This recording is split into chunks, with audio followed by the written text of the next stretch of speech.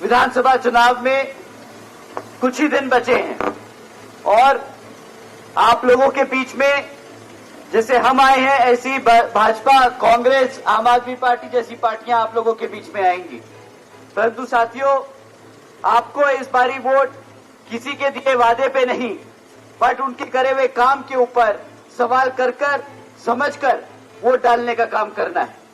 अगर भाजपा के लोग आपके बीच में आए तो आप उनसे सवाल कीजिएगा कि भाई 10 साल से तुम सत्ता में हो, तो तुम लोगों ने हमारे समाज के लिए शिक्षा, रोजगार और महंगाई के मुद्दों पे क्या काम किया।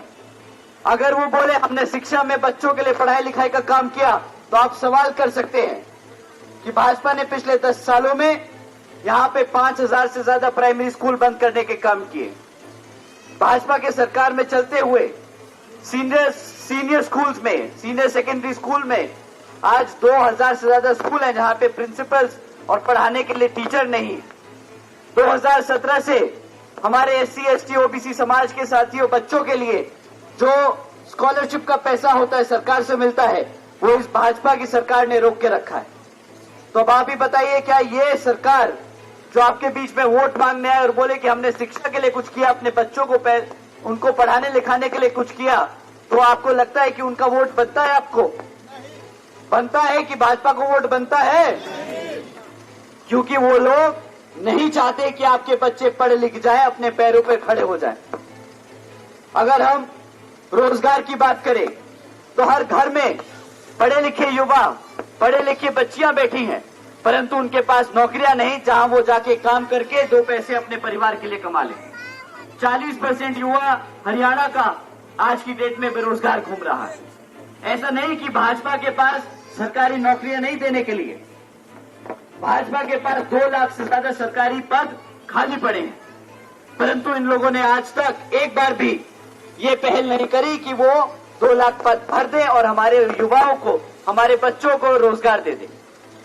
अब आप ही बताइए, क्या जो आपके बच्चों को पढ़ाता नहीं, लिखाता नहीं, या आपके बच्चों को रोजगार नहीं देता, क्या आप उसको वोट देंगे? देंगे? साथियों, इसी क्रम में वो आपसे बोलेंगे कि भाई महंगाई को भूल जाइए, हम आपको मुफ्त में गैस का सिलेंडर दे देंगे, राशन दे देंगे। परंतु आप उनसे सवाल कीजिएगा कि भाई मुफ्त का राशन 500-1000 रुपये से ज्यादा तो नहीं मिलेगा महीने का, साल का 12,000 रुपया, उससे ज्यादा राशन तो नहीं दे पाएंगे ना ये लोग।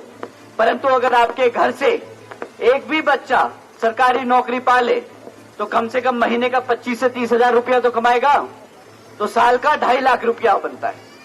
12,000 का राशन देके आपसे आपके घर की 2.5 लाख की आमदनी छीनने का काम कर रही है भाजपा सरकार। तो आपको लगता है कि ऐसी भाजपा सरकार को आप बर्दाश्त करोगे दोबारा 5 साल? इसी क्रम में साथियों, जब आप भाजपा को नहीं दोगे तो कांग्रेसी बीच में आके आपको बोलेंगे कि भाई हमें वोट दो। कांग्रेस 10 साल से सत्ता से बाहर है और बहुत ही अच्छे कारणों से बाहर है, परंतु यहाँ पे मौजूद हमारे एससी, एसटी, ओबीसी समाज के सभी साथी, हमारे जाट और गुर्जर समाज के साथी, राजपूत, कंबोज समाज के साथी, आप सभी से मैं एक बार दरखास्त करूंगा। आप शैलजा कुमारी को तो जानते होंगे, आप सब ने कुमारी शैलजा जी का नाम तो सुना होगा। वो कांग्रेस की बहुत बड़ी नेता है, दलित समाज से आती हैं और अपना पूरा जीवन उन्होंने कांग्रेस को समर्पित किया। परंतु अभी कुछ दिन पहले हुड्डा जी के खेमे से शैलजा जी के लिए क्या क्या अपमानित जनित शब्द इस्तेमाल करे गए, आप सब ने सुना। कांग्रेस वालों के यहाँ पर हमारे समाज जिंदगी भर समर्पित हो जाए तब भी वो इज्जत नहीं देंगे जो बसपा के लोग, बसपा पार्टी आपको अपने घर पे देगी।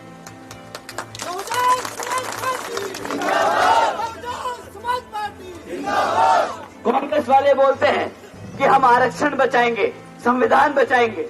उन्होंने पूरे लोकसभा में कि संविधान की किताब दिखाकर आप लोगों को बेवकूफ बनाने का काम किया, कहा कि हम संविधान बचाने आए, आप हमें वोट दो। अभी आपने राहुल गांधी जी का भाषण सुना, स्टेटमेंट सुनी, वो विदेश जाके बोलते हैं कि अगर जिस दिन हमारा अच्छा समय आएगा उस दिन हम संविधान में से आरक्षण खत्म कर देंगे। इनकी असली नियत यही है, वो दलित विरोधी, एससी एसटी समाज विरोधी, पिछड़े वर्ग विरोधी, वो लोगों की मानसिकता ना आज कभी बदली है वो कहते हैं कि भाई आरक्षण तो बाबा साहब डॉक्टर भीमराव अंबेडकर जी ने नहीं, पंडित नेहरू और गांधी जी की देन है। अब एक बात बताइए, जो नेता, जो पार्टी बाबा साहब के संघर्षों को नकार दे, उसको नजरअंदाज कर दे, क्या आपको लगता है कि वो पार्टी कभी भी आपकी हितैषी हो सकती है? बताइए, क्या आपकी कभी हितैषी हो सकती है? तो अब आपको साथियों समझने का जरूरत है कि ना भाजपा ना कांग्रेस और ये जो छोटी मोटी पार्टियां आसपास आजकल भटक रही है ना, जेजेपी जैसी, इनका तो कोई वजूद ही नहीं।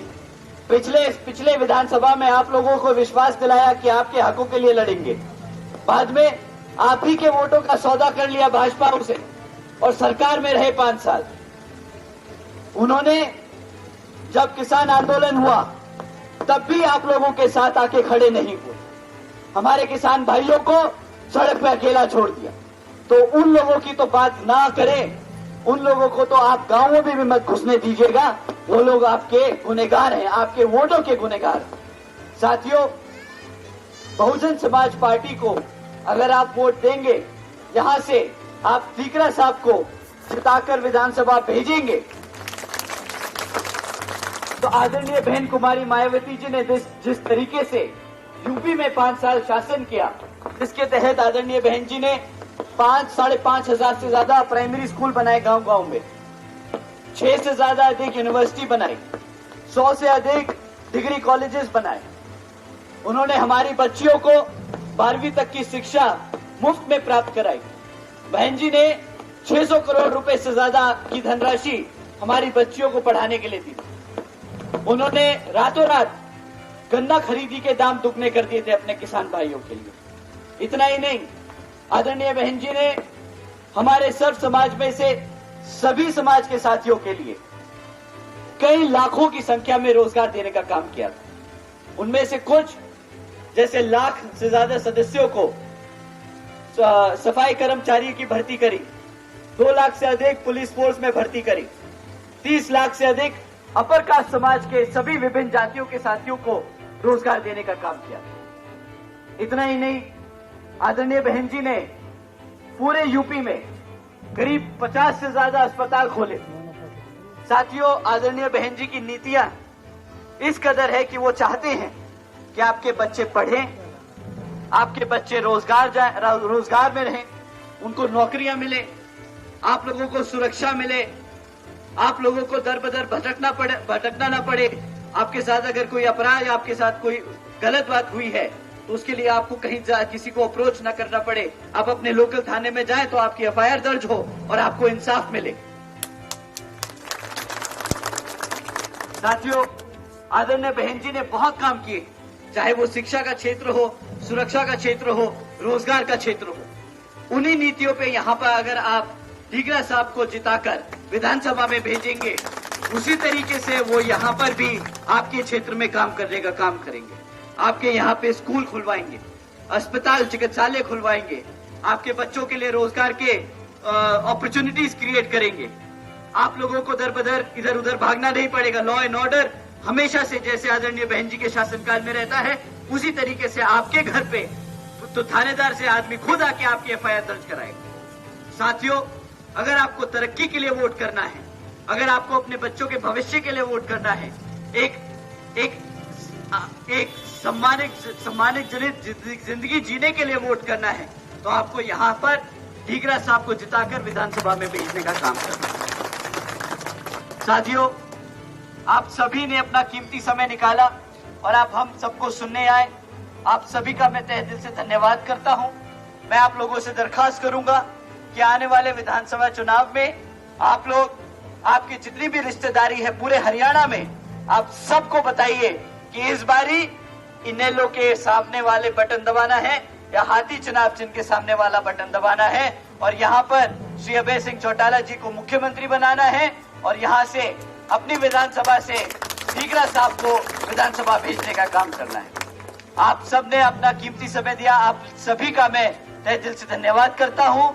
और आदरणीय बहन कुमारी मायावती जी को भी नमन करता हूँ, मान्यवर साहब को नमन करता हूँ, बाबा साहब डॉक्टर भीमराव अंबेडकर जी को नमन करता हूँ, और हमारे चौधरी देवीलाल जी को भी नमन करता हूं और अभय सिंह चौटाला जी को भी नमन करता हूं।